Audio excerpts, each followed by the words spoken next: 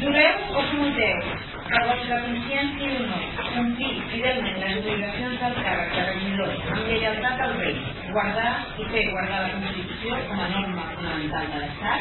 Sí. Convalidat el jurament, pren possessió del càrrec de regidor de l'Ajuntament de Sant Fost de Can Centelles. I hem de fer esforç perquè tenim menys diners, però hem de fer la feina i hem de fer les coses millor perquè no es noti la reducció econòmica i en canvi els serveis segueixin sent de qualitat i espero que el camí ens porti a una millor situació. Aquest pressupost que presentem avui té un únic secret. El secret és molt senzill i al mateix temps molt complicat. Senzill perquè baixem els ingressos per la situació general, decidim no incrementar la pressió fiscal, garantint la supervivència de tots els serveis i incrementem la despesa social. I això generarà una bossa de recursos, uns recursos disponibles. Amb la mateixa cura que hem distribuït aquests recursos disponibles amb un doble criteri. Un, incrementem de totes les partides relacionades amb benestar social i atenció a les persones, amb aquesta bossa. I dos, dotació suficient de les partides vinculades als serveis per tal de garantir el manteniment de tots i cadascun dels serveis que presta aquest Ajuntament. De referència. De 24 equips de govern faríem 24 pressupostos diferents. Però en tot cas, el que podem afirmar és que amb els recursos disponibles és el millor pressupost des del punt de vista social. Es tractava de prendre una decisió política. A on destinàvem aquests euros, aquesta bossa?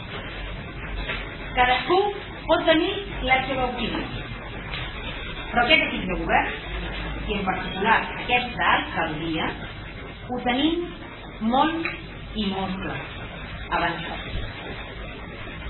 Per acabar, hem valorat el positiu i el relatiu al pressupost i segons les nostres valoracions hi ha més coses positives que negatives. Gràcies. S'ha reduït la tensió i 3 dies no tenim el servei per les cases. Entenc que també és important aquest servei ciutadà.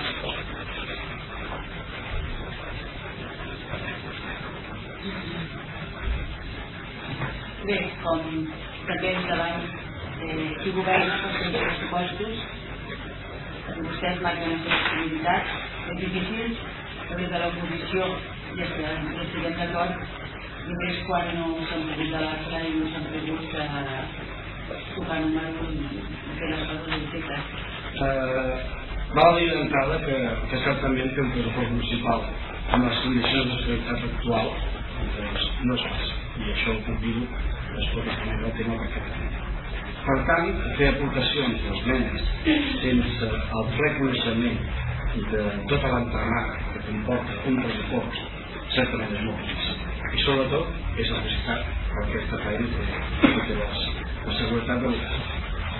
Però aquest planejament no té cap altra opció en el context de pressupost en si existent, amb totes les millores i replantejaments i replanificacions de treballs que correspongui i que l'equip de govern proposa. Resumint, malgrat aquests apartats esmentats, crec que caldria haver-los treballat potser una mica més, cal agrair a l'equip de govern per fer un pressupost en línies generals de contenció de despeses. També és cert que no li quedava un altre remei, però això no treu que el cost del pressupost total d'enguany sigui un 40% més alt que l'any passat. Doncs passem dels 7.904.000 als 11 aproximadamente. Como se ha podido ver, aquí cada uno haría unos presupuestos diferentes y lo importante creo que ha habido voluntad de participación. Que algunos lo hayan querido aprovechar o no, es cosa de los demás.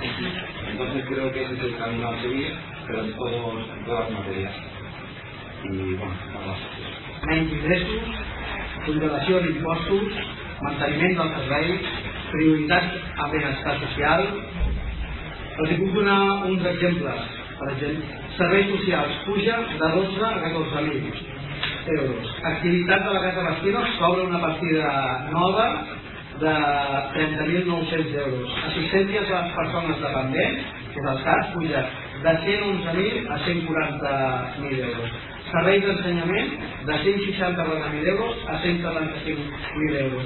I benestar puja de 66.000 euros, 66.800 a 88.000 euros. O sigui que aquest equip de govern aposta pels serveis, per les persones i pels infants. I ara es passarà a la reconstrucció d'aquells terrenys com a per fer un funcionament perquè no es posi tant aquesta càrrega, perquè no s'hagi administrat per als propietaris, no s'hagi d'estudiar. Cal dir que no carreguen el pressupost perquè després tenen una partida d'ingrés de contribucions especials. El que s'ha dit és que, bueno, ja s'ha explicat la comissió informativa, però em sembla que la senyora Angol realment no va estar o no va enterar el que va dir. De totes maneres, sí que hi ha una sentència i més que negociar amb una persona que ha fet una reclamació al tribunal és buscar una solució urbanística que hem trobat i així ens han valorat molt possiblement al Departament d'Urbanisme. Abans parlàvem amb el regidor d'Hisenda. Mira, avui hem tingut una reunió amb la gent que treballa a l'Ajuntament. Els hem passat el PowerPoint que vam elaborar per la sessió informativa. Som transparents en tot el sentit. Doncs tenim el PowerPoint aquí i m'agradaria fer han sortit molts temes, el tema del cànon, han sortit molts temes que apuntant, el tema d'educació, el tema del taxi demanda, promoció econòmica, ben pujat els impostos, tot el que heu anat parlant amb l'Esquerra Republicana com a han estat fent referència. Quina quantitat ha pressupostat a l'Ajuntament? I veurem amb un pla, això, evident. A veure, entenem que amb un ple es pot fer aquesta actuació. I mentrestant, les comunitats estan manejant la casa veure. Si no, ni ho diu l'altre dia, ni ho proposem nosaltres, i portem, i direm. Va, el PowerPoint no té. La participació ha de ser abans d'un ple. No té alguna abans d'un ple. Senyora Lucía, bueno, i la mà, que pot aplicar-se, imagina-la, problema.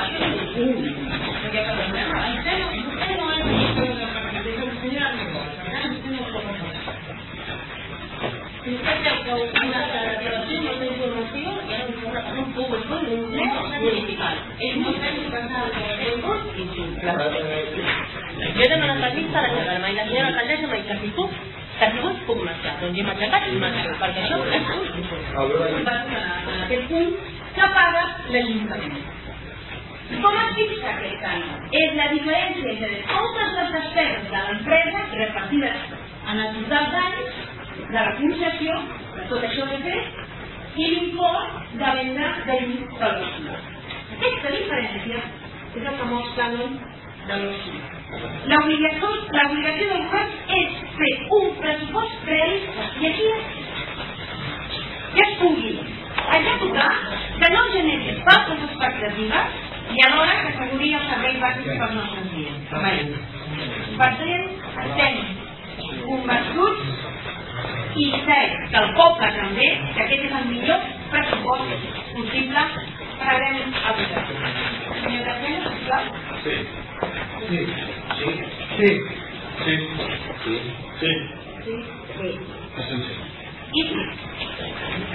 Ratificació de decret d'alcaldia número 253/2011 i compliment prescripcions d'acord a la Comissió d'Urbanisme de Barcelona del 15 de desembre del 2011. De la zona verda del polígon industrial. El nou preu ens va semblar inassumible com a valor d'una zona verda i una càrrega injusta pels industrials, el que podria repercutir negativament als seus treballadors, molts veïns de Sant Fos. Càrrega pels industrials, que són els que, d'acord amb el planejament, deuen assumir mitjançant contribucions especials el cost de l'expropiació.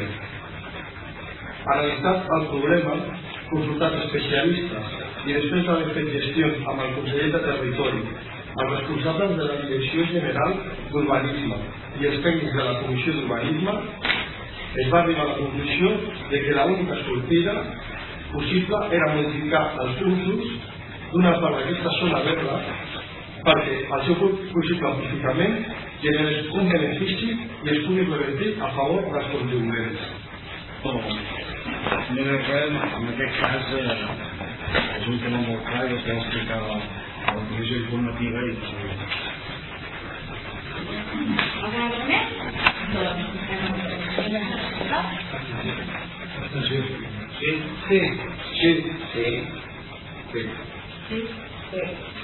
Sí. Reglament servei públic de millora de la ràdio municipal.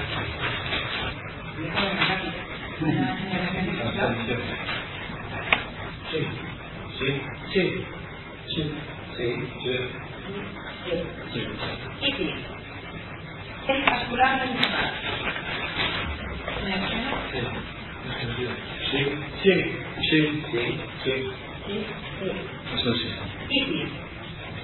Segon punt, creació de l'Agència Local per corregir amb la votació.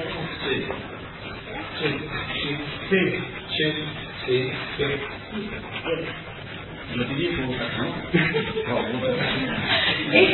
Molt bé, doncs segon punt. Accions grups municipals.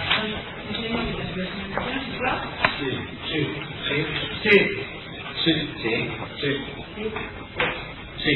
I qui?